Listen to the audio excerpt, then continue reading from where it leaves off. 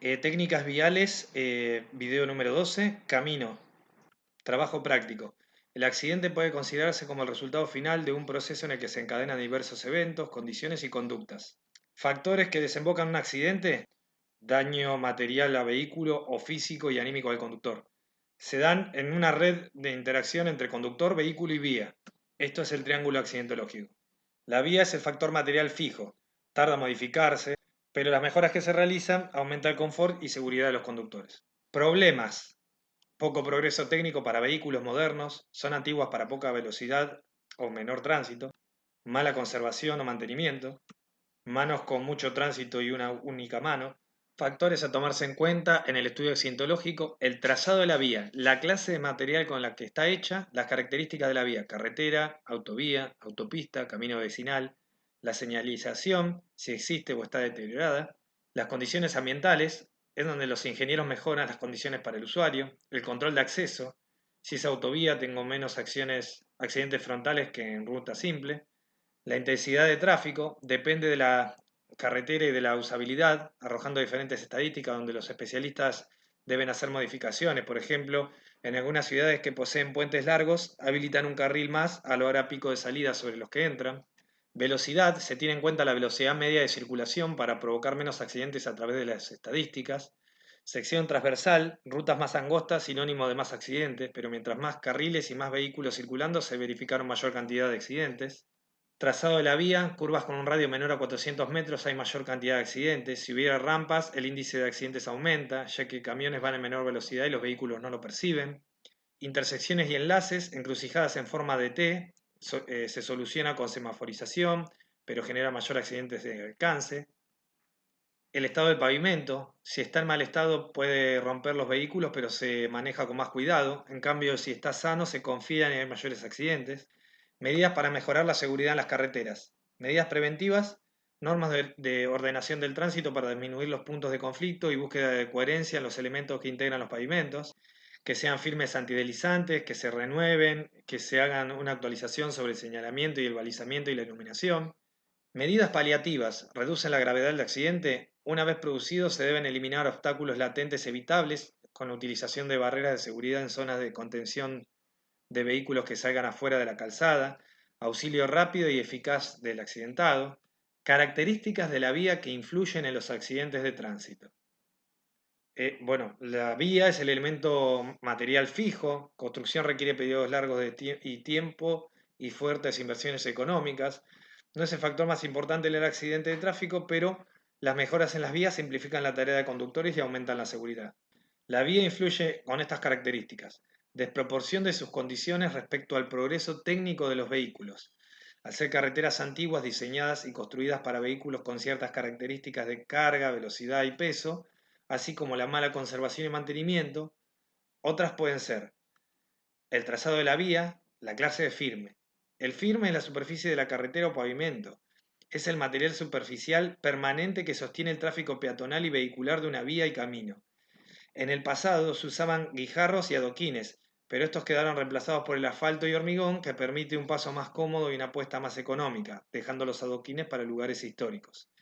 Las características de la vía pueden ser carreteras, autovías, autopistas. También depende de la señalización, que en exceso puede concurrir a error y si no existe o es deficiente puede suponer un punto negro. También se debe tener en cuenta las condiciones ambientales, ya que una cinta asfáltica deteriorada más un clima lluvioso potencia los accidentes de tránsito. Se debe hacer un estudio de ingeniería en las vías para determinar los tramos a modificar dependiendo de la gravedad y las características de la vía donde ocurren los accidentes. Características para abordar la construcción de rutas. El control de accesos. Comparando rutas comunes con autovías o autopistas, con control de acceso total, aumenta la estadística de accidentes. También cambia el tipo de accidente: mientras que en rutas comunes se dan colisiones frontales y la participación de múltiples autos, en la autovía o autopista los accidentes afectan a un solo auto, ya que desaparecen las colisiones frontales y embestidas. Bueno, no tanto embestidas porque por lo general en los retomes existen los raspados y puede también haber tipo de frontolaterales, pero se disminuyen en gran medida. La intensidad del tráfico varía de una ruta a otra, cambia la frecuencia de los accidentes dependiendo de si están desbordadas o hay poco tráfico. variando entre colisiones entre varios vehículos o solo despistes. Hay que observar la velocidad. Se distingue entre la velocidad media de circulación y las velocidades medias de los vehículos, camiones, automóviles. Si aumenta la velocidad media de circulación, aumenta la gravedad de accidentes, pero no varía la frecuencia de los mismos. Pero por el contrario, la probabilidad de un accidente crece al aumentar el valor absoluto de la diferencia de su velocidad con la velocidad media del tráfico. Por lo tanto, cuando se limita la velocidad de los excesivamente rápidos, teniendo menos importancia la disminución de la velocidad media, que es lo que tendrían que prestar atención. Sección transversal. En carreteras de calzada única dejaron de utilizarse 3 carriles por considerarse peligrosas. Aumentan los accidentes cuando se llenan los 3 carriles. Las más peligrosas son las vías de calzada única de 4 carriles, sobre todo cuando tienen giros a la izquierda. La anchura de los carriles también influye cuando es menor a 3 metros. Bueno, trazado en planta y alzado, las curvas horizontales con un radio menor a 400 metros se producen accidentes con mayor frecuencia que otros de menor curvatura.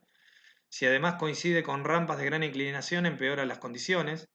El problema de accidente en rampas es más importante en autopistas con rampas de más de 4%, producen una disminución de la velocidad de los camiones que puede no ser percibida a tiempo por los vehículos más rápidos.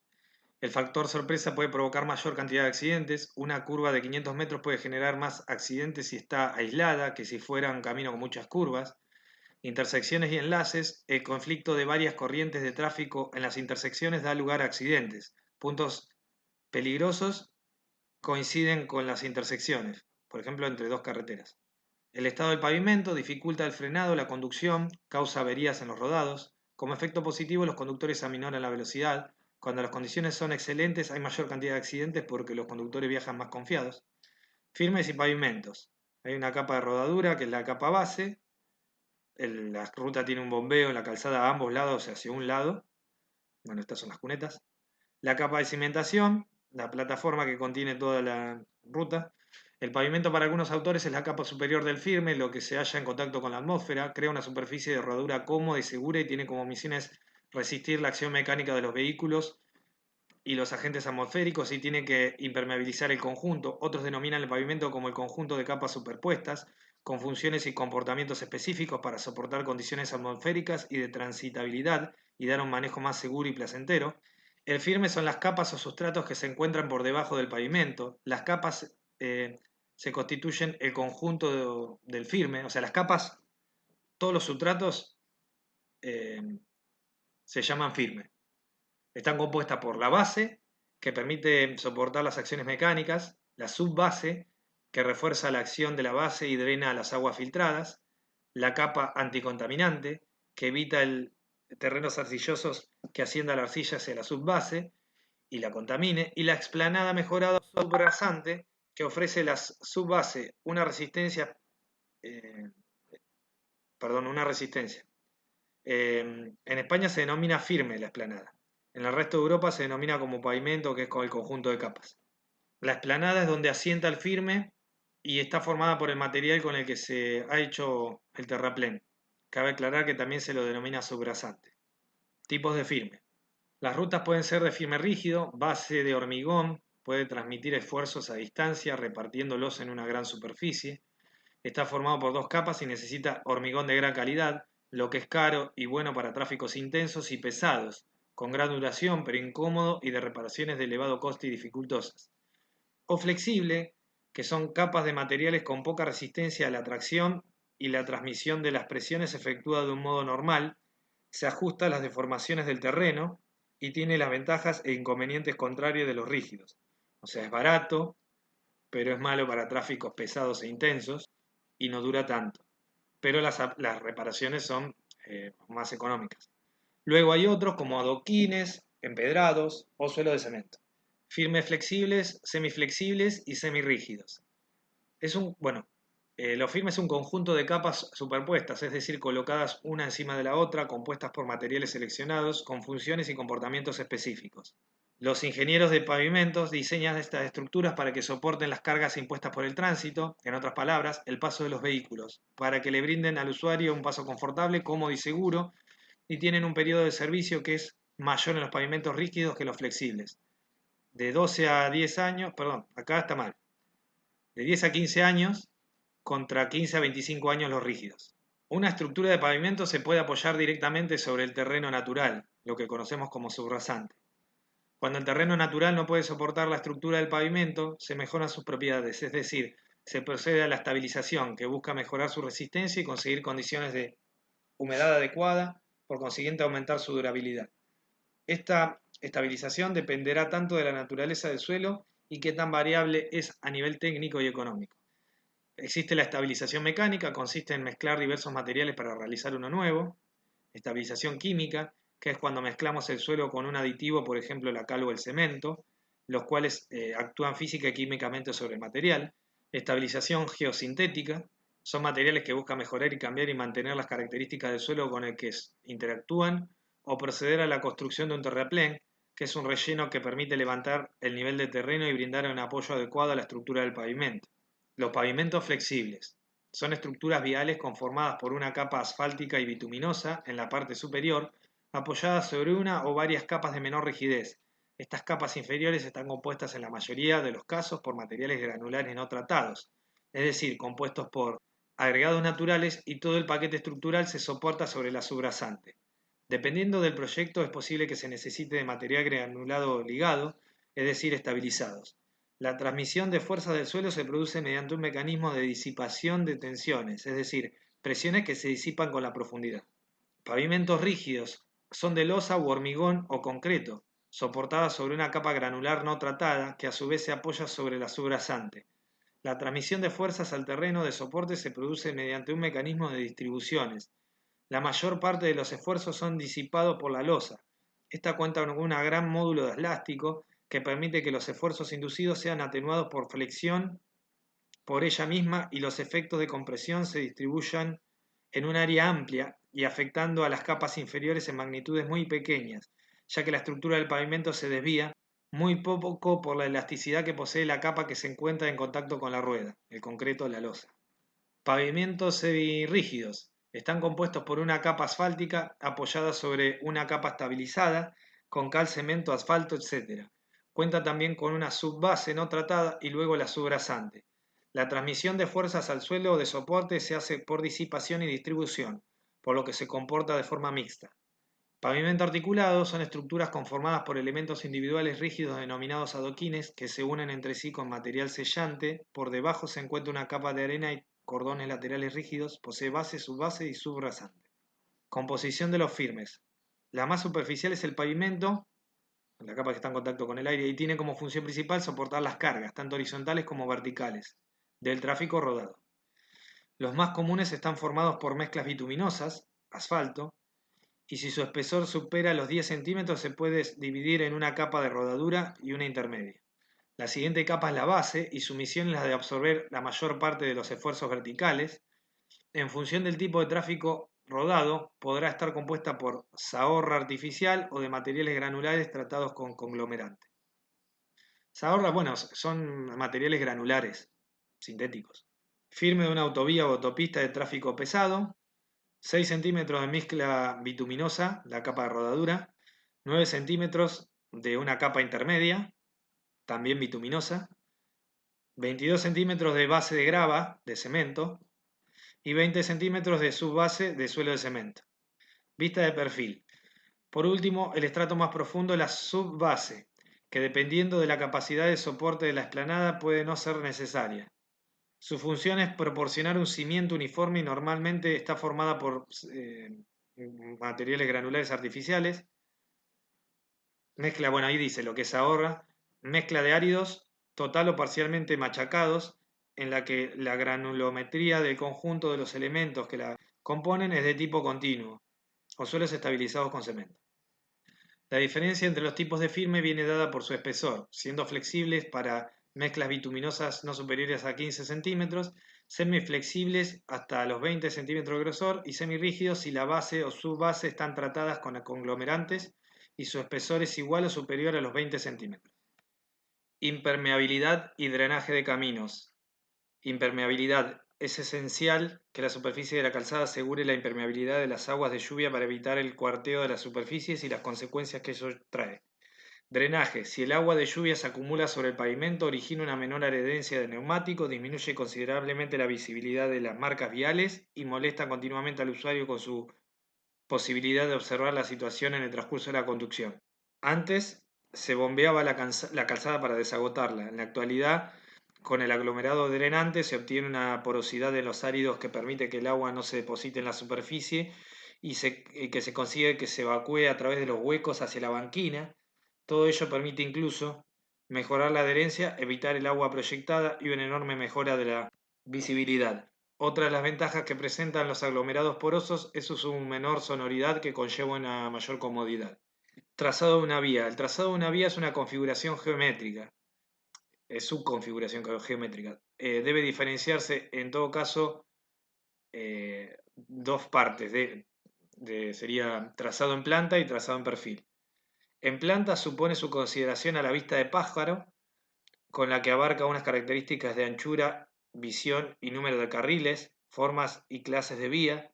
En cambio, de perfil permite conocer primordialmente las magnitudes del sentido vertical, pendientes, elevaciones y rasantes. Bueno, vista de planta, vista de perfil. Influencia el trazado de las vías de circulación en los accidentes de tránsito. Influye de cierta manera en la producción de accidentes. En las salidas de la vía en curvas por velocidad inadecuada, las salidas de la vía por monotonía, en rectas y llanas provocan sueño, las colisiones o embestidas en intersecciones, choques en estrechamientos, colisiones frontales por adelantamiento en cambio de rasante, intersecciones. Para entrar en el cruce debería haber limitación de velocidad en función de la velocidad. Colocación de stop evitaría más de un vehículo se cruce en el mismo punto. De ser posible, los cruces deben tener un ángulo cercano a los 90 grados para evitar, se tienen que evitar los giros de izquierda, se tienen que poner pasillos o islotes que permitan imposible la maniobra no permitida a la izquierda, como hicieron ahora ya en la bajada de Colón. Curvas. El peligro de la curva es que obliga al conductor a efectuar cálculos mentales para adaptar la marca de un vehículo a la nueva disposición de un camino. Las curvas sin peralte, las curvas aisladas de pequeño radio a comparación de todo el trazado. Cambio de rasante. Afecta la visibilidad de maniobra de adelantamiento o acciones por alcance, donde vehículos de poca velocidad son embestidos desde atrás. Rampas y pendientes. Las grandes pendientes incrementan notablemente el riesgo de los grandes camiones. Estrechamiento. Subsisten vías locales con las comarcales. Obras de fábrica, obras en construcción. Señalamiento de una vía. Las señales de tránsito son dispositivos o marcas en la vía cuyo objetivo es orientar, prevenir e indicar la forma correcta como se debe transitar en las calles, rutas y autopistas. Las señales de tránsito tienen la función de organizar el tránsito alertando o informando al conductor sobre la circulación en el lugar donde están ubicados. A través de la señalización se transmite a los usuarios de las vías la forma correcta y segura de circular, con el propósito de evitar riesgos y demoras innecesarias. Deben brindar información clara, precisa e inequívoca, estando destinado a transmitir al usuario de la vía pública órdenes, advertencias, indicaciones u orientaciones mediante códigos comunes en todo el país y de modo coherente con la utilización en la región. Debe ser un sistema de señalamiento claro, simple, uniforme y fácilmente entendible por todos los usuarios. El sistema de señalización uniforme está integrado por los siguientes tipos de señales: señales verticales, horizontales, luminosas y manuales. Y el señalamiento vertical se divide en señales reglamentarias o prescriptivas, señales preventivas, señales informativas y señales transitorias. En general se puede decir que las señales de tránsito constituyen una de las formas de comunicarse del operador de la ruta con los usuarios del camino. Existe el señalamiento fijo y señalamiento transitorio.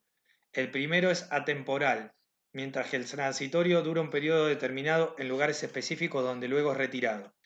El sistema de señalamiento transitorio posee una conformación física similar a las señales verticales y horizontales en sus distintos tipos y a las luminosas, variando el mensaje, los colores, las dimensiones y los símbolos. Deben ser construidas en materiales reflectivos de alto brillo y angularidad. Señalizan la ejecución de trabajos de construcción y mantenimiento en la vía o en zonas próximas a las mismas, siendo su función principal lograr el desplazamiento de vehículos y personas de manera segura y cómoda, evitando riesgos de accidentes y demoras innecesarias.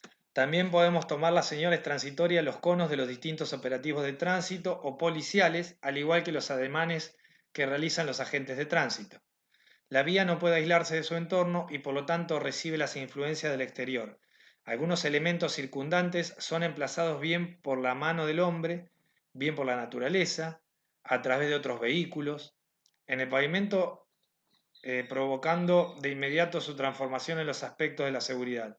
Cuando el hombre sitúa obstáculos en la calzada, puede hacerlo de modo voluntario o involuntario, tratando de originar un accidente o no, pero en todo caso existirá una infracción penal dolosa o imprudente si la naturaleza del obstáculo es lo suficiente considerable como para provocar un grave riesgo.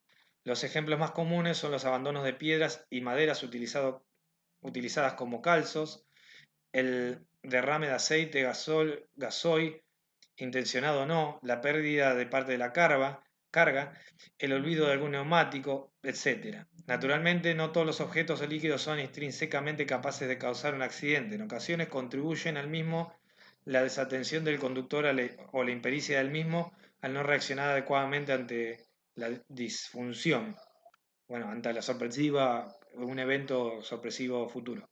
No todos los vehículos se ven afectados de la misma manera. Un ciclomotor es más sensible a su paso por encima de un tronco que un auto. La naturaleza puede situar también objetos o partículas distorsionadoras sobre el firme. El barrillo que se desprende de las hojas cuando llueve y cae sobre la calzada.